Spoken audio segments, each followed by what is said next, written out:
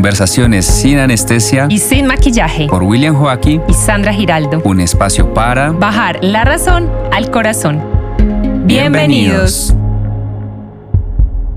Les damos la bienvenida a este nuevo episodio que hemos titulado Dime si haces todo lo que dices.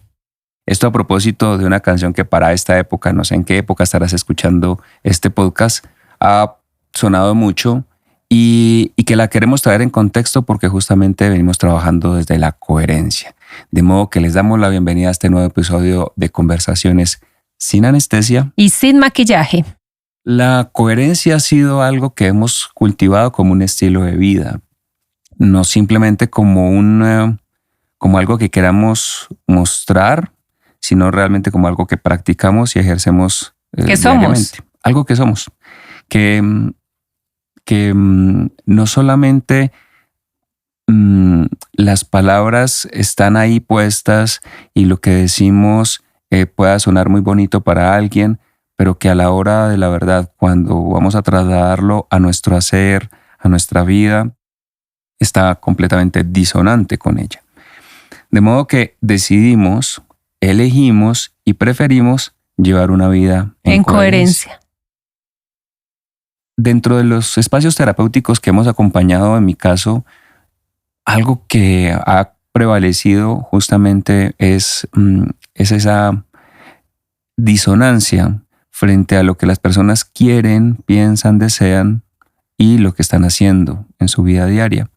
Eso también viene de la mano de el episodio anterior en el que hablábamos de volver a empezar.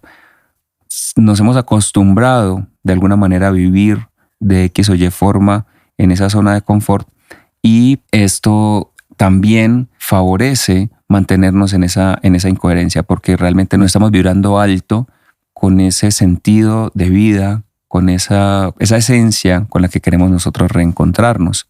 Entonces, encontrarnos en incoherencia favorece que nuestros sistemas disfuncionen. Yo les quiero contar que la coherencia va también a ser vista, percibida y trabajada desde nuestro sistema nervioso autónomo. Y bueno, aquí me voy a meter un poquitico en el lado médico, pero quiero también ponerlos en contexto. Hay un tema que se llama la coherencia cardiovascular. Esa coherencia cardiovascular está relacionada con la variabilidad de la frecuencia cardíaca.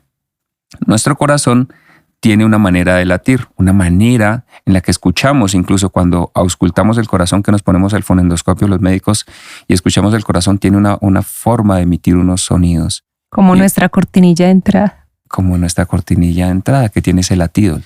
Tum, tum, tum, tum. Ese es nuestro corazón y late a una frecuencia establecida, pero que a la percepción del oído humano quizás se escucha muy regular, pero hay unas diferencias de milisegundos entre un latido y otro. Esas diferencias tienden a aumentarse y a reducirse de una manera cíclica, que si lo viéramos como en una gráfica, veríamos una especie de montaña en la que primero se va ampliando esa frecuencia, llega un momento en que luego se va disminuyendo esa distancia entre un latido y el otro, y cuando es de una manera coherente, eso lo podríamos ver como unas ondas similares entre una y otra. Ahí es cuando estamos en un estado de coherencia cardiovascular, porque la variabilidad de la frecuencia cardíaca es alta y esa variabilidad se está emitiendo de una manera coherente con nuestra respiración y con lo que somos. Se ha estudiado cómo esa coherencia cardiovascular hace que nuestro cerebro, nuestros pulmones, nuestro corazón, es decir, nuestro sistema nervioso en general, actúe o mejor, baile al mismo ritmo. Esté bailando todo el mismo son y no cada uno de manera independiente. Esa coherencia cardiovascular la podemos nosotros entrenar, la podemos medir. Hoy muchos relojes inteligentes miden esto que se llama la variabilidad de la frecuencia cardíaca, HRV. Para los que quizá tienen ese tipo de relojes y ven esa medición y no saben qué es, pues es la medición de la variabilidad de la frecuencia cardíaca. Si está estrecha, es decir, nuestro corazón casi que late en una frecuencia fija, no hay variabilidad entre un latido y el otro de milisegundos, es porque hay una disfunción en ese sistema nervioso. Y esas disfunciones se expresan también en disautonomías, porque nuestro sistema, como no está coherente, no está coordinado, es fácil que nos desmayemos y que nos digan que tenemos que tomar agua con sal y que no nos podemos acalorar, cuando normalmente nuestro cuerpo está diseñado para soportar esos desafíos. Tenemos con qué hacerlo. Pero cuando estamos en incoherencia, nuestro cuerpo no funciona bien. Entonces, la coherencia frente al dime si haces, todo lo que dices, justamente va desde lo que fisiológicamente nuestro cuerpo nos expresa. Si estamos en incoherencia, disfunciona nuestro sistema. Y esa disfunción se expresa clínicamente con síntomas.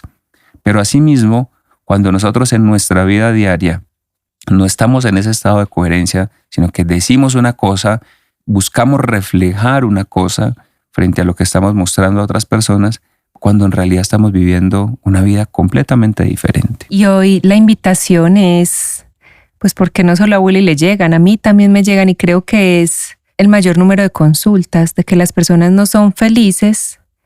Cuando llegan y dicen, no soy feliz con mi trabajo, no soy feliz con mi pareja, bueno, pero eres feliz en esencia con lo que piensas, con lo que dices, no. Entonces es buscar que en todas las áreas de la vida estemos en sintonía, en esa energía de aquello que queremos ser. Como pareja, como personas, como seres sociales, como empleados de una empresa o como emprendedores, que estemos muy alineados con nuestro propósito. Es fundamental preguntarnos qué es eso que nos llena el alma, qué es eso que nos motiva, y desde ahí pues empezar un estilo de vida coherente a esas cosas que queremos. Digamos que una de las cosas que en mí nunca ha resonado es, por ejemplo, una dieta, porque considero que tiene un principio o un fin. ¿Qué tal si es mejor un estilo de vida, o hacer ejercicio o ir al gimnasio porque sí? Que tu rutina de ejercicio o de movimiento sea parte de un estilo de vida, una higiene del sueño, una alimentación consciente. Y aquí es independiente tus gustos o preferencias, si eres vegano, si eres vegetariano, si te vas como por cualquier inclinación frente a lo que sea para ti también, que esté acorde a eso que quieres ser y en lo que te quieres convertir. Esa coherencia igual la podemos nosotros asociar o acompañar de experiencias de vida de otras personas. Es decir, asistir a espacios terapéuticos nos ayudan a reforzar aún más ese sentido de coherencia. Como médico, decirle a los pacientes, mira, estos alimentos no te hacen bien, es porque yo realmente lo he vivido. Ha sido una experiencia propia. Y desde esa experiencia propia en que he dejado de consumir ciertos alimentos, he sentido que mi cuerpo funciona diferente. Y no solamente lo hablo desde la experiencia personal, sino que también lo hablo desde la base científica desde la que he fundamentado esa conducta. Pero esa conducta, antes de llevarla a otras personas, la he experimentado en carne propia.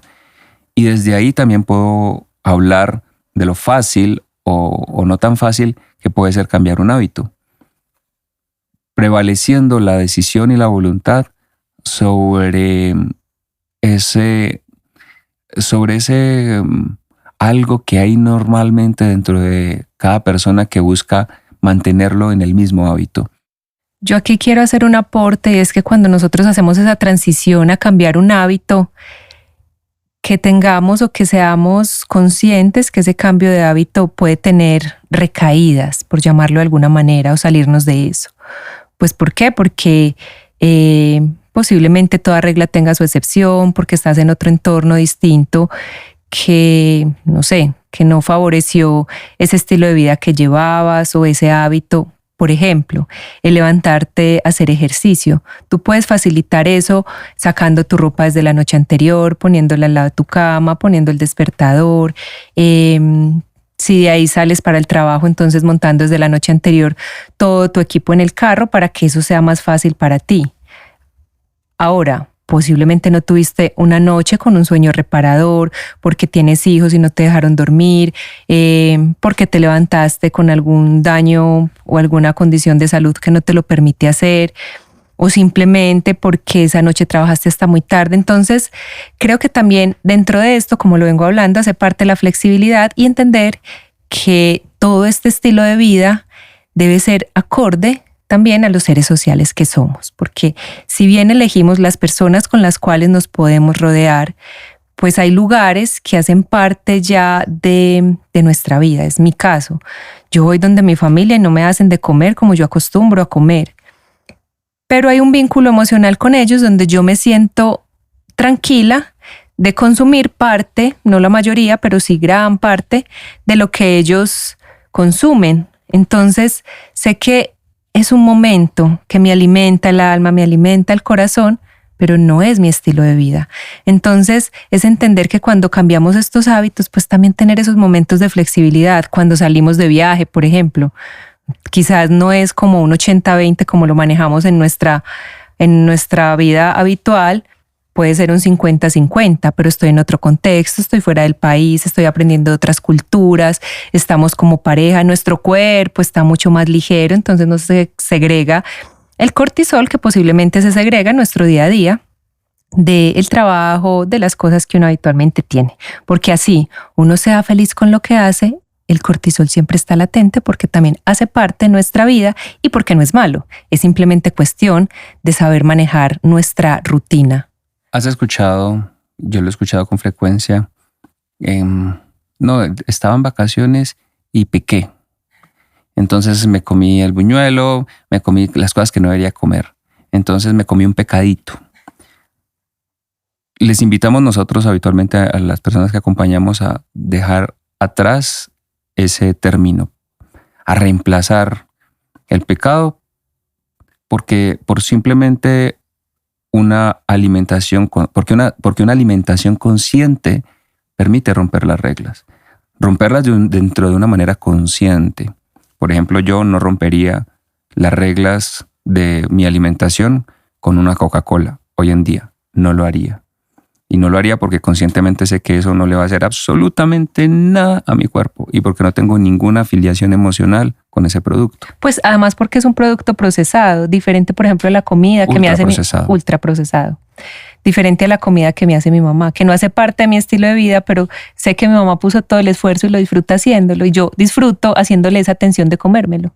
Sí, y si bien nosotros pues no vamos a decir, porque no somos polarizados, decir contra la comida chatarra. Este año me comí una hamburguesa. Ahí yo un perro anoche que me supo delicioso. Sí, y es algo que hace, o sea, eso es a lo que nos referimos con permitir, hacernos o darnos esos permisos, esas licencias, no pecados, porque el pecado trae culpa y la culpa trae arrepentimiento y esto trae dolor, trae sufrimiento. Entonces dejar atrás esa palabra del pecado, y menos en la alimentación, porque en la alimentación lo que queremos es disfrutar, que no sea un factor estresante. Por eso lo que mencionamos nosotros es una alimentación consciente. Consciente para algunas personas puede ser algo y para otras otra cosa diferente, ¿cierto?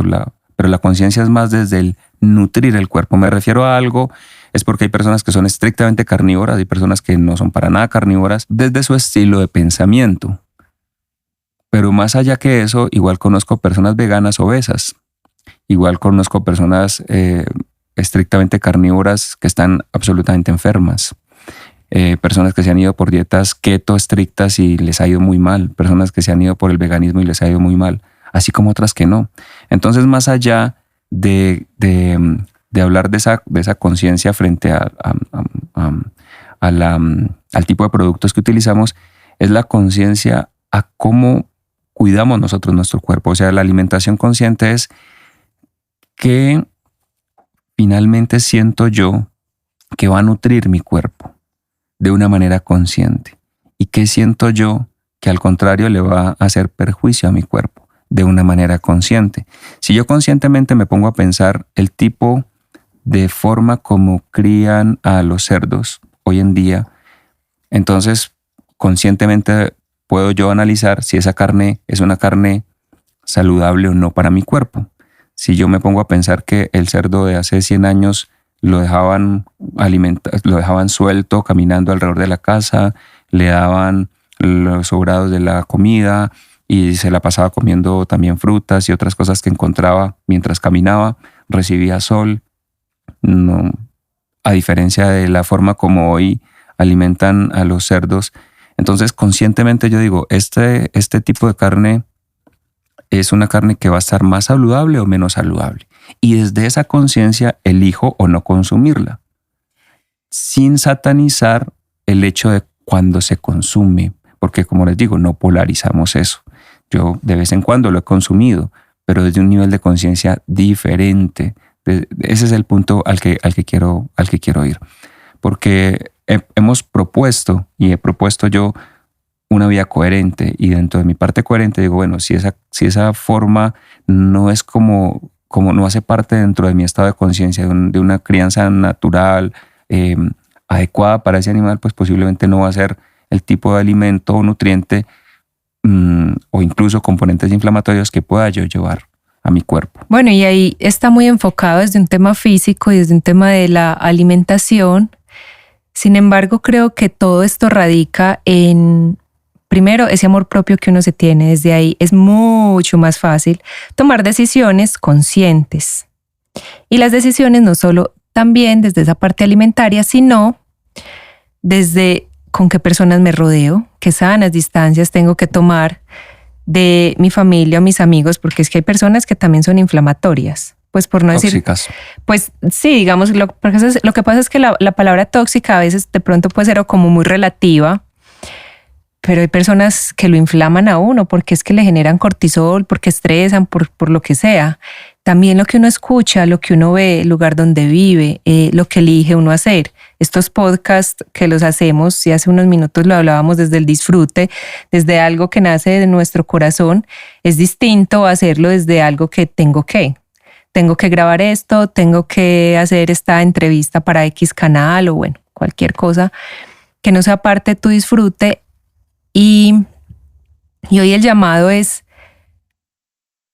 pues si quieren vivir una vida en coherencia, en plenitud, hagan, piensen, sientan, hablen, todo desde una misma sintonía. Que no veamos en redes sociales unas vidas felices que además, a mi modo de ver, es parte de una responsabilidad social que tenemos. Cuando sus hogares o sus corazones son un campo de batalla, cuando su mente es absolutamente un caos y cuando un cuerpo está enfermo, pero en redes sociales todo se distorsiona. Entonces, ¿qué tal si hoy el llamado desde mi corazón es vivir desde esa coherencia? Con flexibilidad, por supuesto, porque la coherencia también incluye la flexibilidad, también incluye ese abrazo quizás a esa persona que siento que en mi estado de conciencia no puede sumar a mi vida, pero que la abrazo desde la compasión y desde la amabilidad, desde ese alimento que quizás no estoy acostumbrada a comer, pero lo hago desde otra intención muy clara que tengo, desde esa palabra que quizás en un momento no la quiero decir, pero la digo como por amenizar ese momento, bajar quizás alguna tensión en un lugar. Y eso que yo también quisiera cultivar en otras personas, qué tan rico que se pueda dar a través de la inspiración de la coherencia.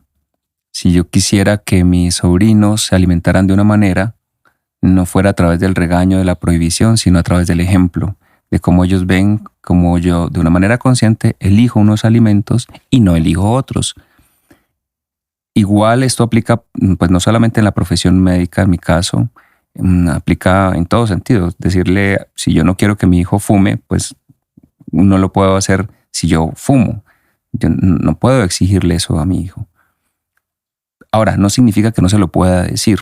Un médico que fume puede perfectamente decirle a su paciente, fumar está mal. De hecho, las cajas de cigarrillos tienen una cantidad de letreros miedosos. Fumar da cáncer, fumar genera daña los pulmones y te genera problemas pulmonares, genera malformaciones fetales.